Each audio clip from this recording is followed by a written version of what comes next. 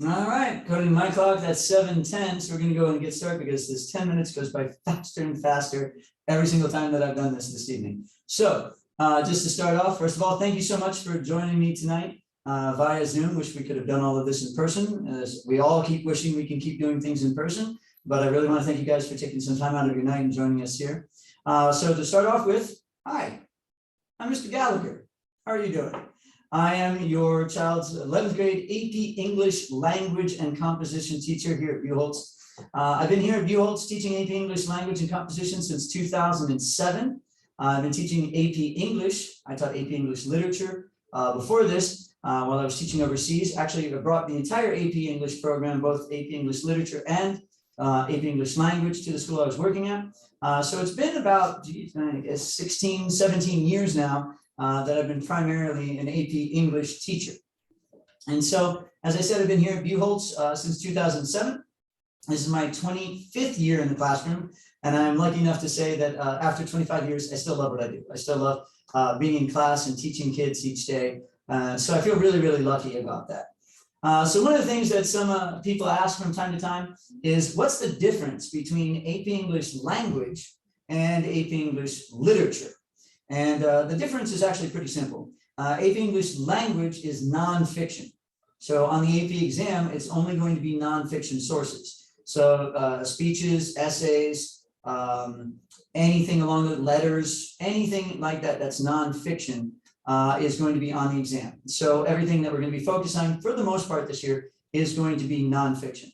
When you take AP English Literature, most people do that, students do that as seniors. That is your traditional English class, if you will. So that's drama, it's poetry, fictional prose, things along those lines. And so that's interpretive analysis.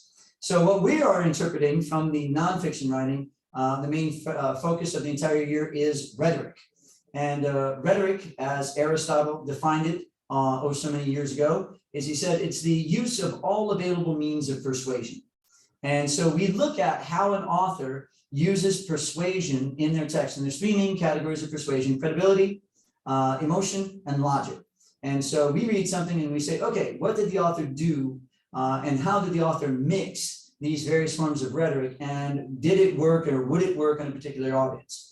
So for example, their summer reading books were both nonfiction books. The first one was The Narrative of the Life of Frederick Douglass, an American Slave.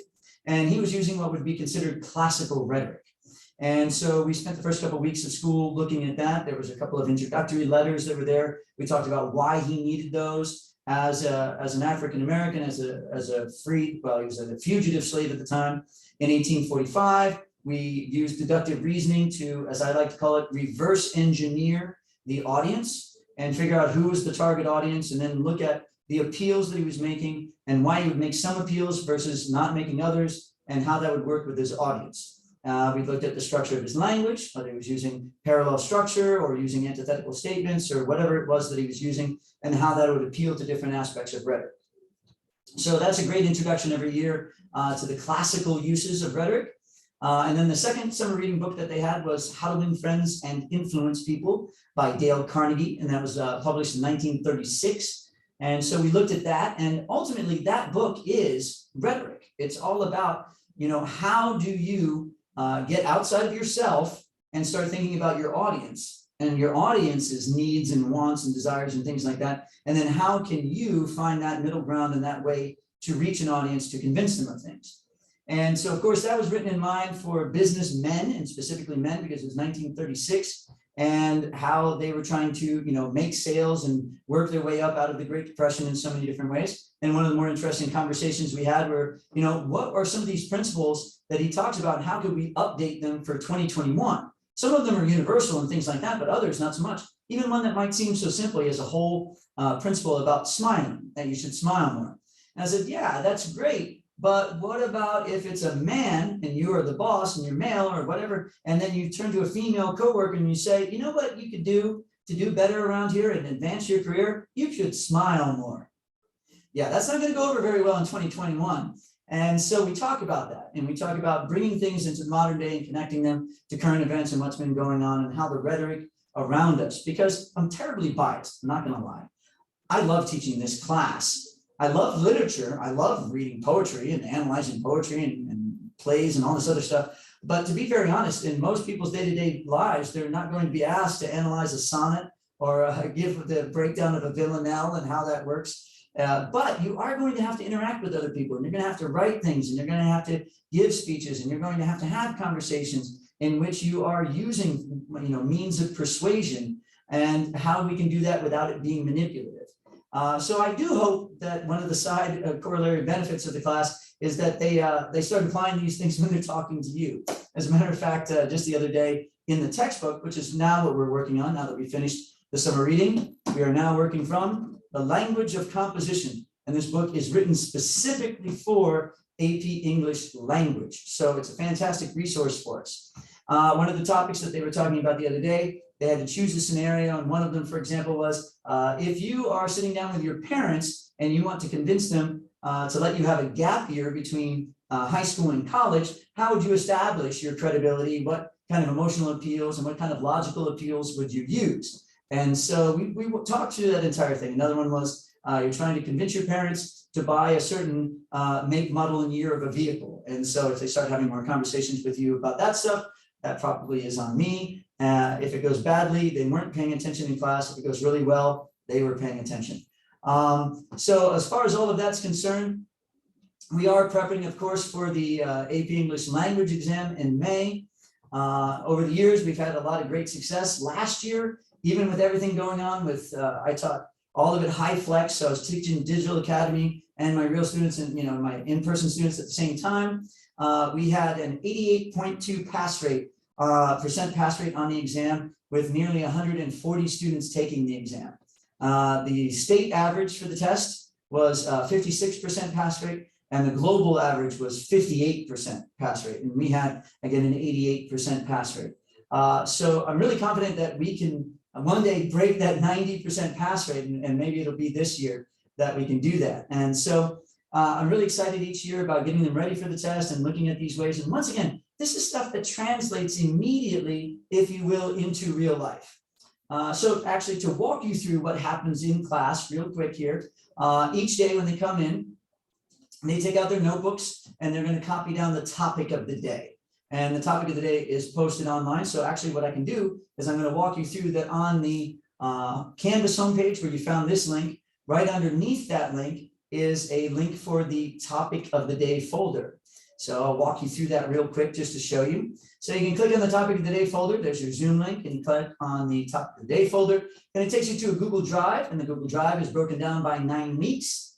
And so you can click on the first 9 weeks here and go in, and then it's broken down each week. And so if we click on this week's, and this is a great resource for students if they're absent, even a single day or a couple days, or, if they get quarantined, or, unfortunately something else happens where they're out of school for a good bit of time, they'll know exactly what we were doing in class every day. I post this into the Google Drive by, no later than 8:15 in the morning every day, because I use it first thing for first period. So if you see here, you can scroll back through this week. I put things like when there's pictures, where that was Tuesday. So that was in there. And you can see, what we were doing each day. And as we were catching up on notes, things like that. And you can see that today we were working from the notebook and catching up on topics associated with visual rhetoric. The College Board has said that every year there's going to be at least one visual component to the AP English language exam. They've been doing that since 2007, and yeah, every single year there's at least one. Most years there's more than one. And so we were talking about today an editorial cartoon about the passing of Rosa Parks back in 2005. And then we were also looking at an advertisement for a nonprofit organization called the World Wildlife Fund.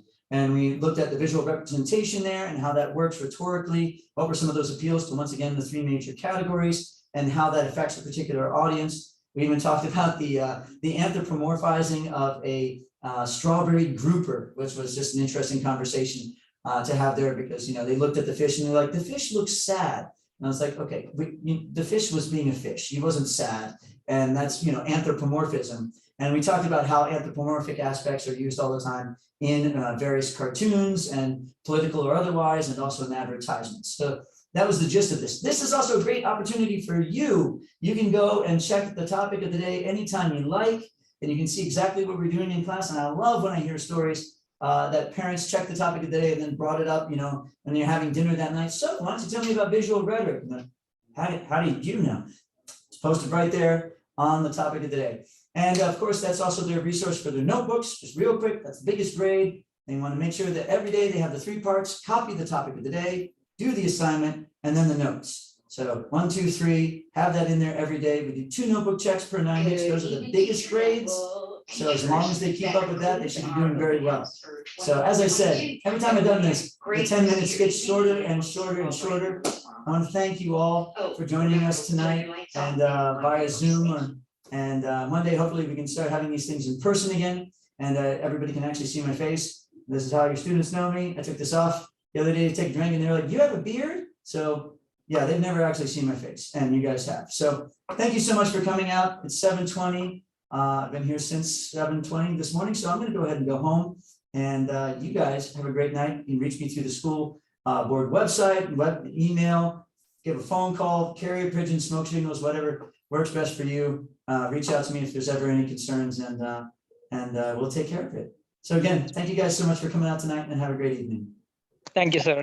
Thanks. Thank you. Thank you.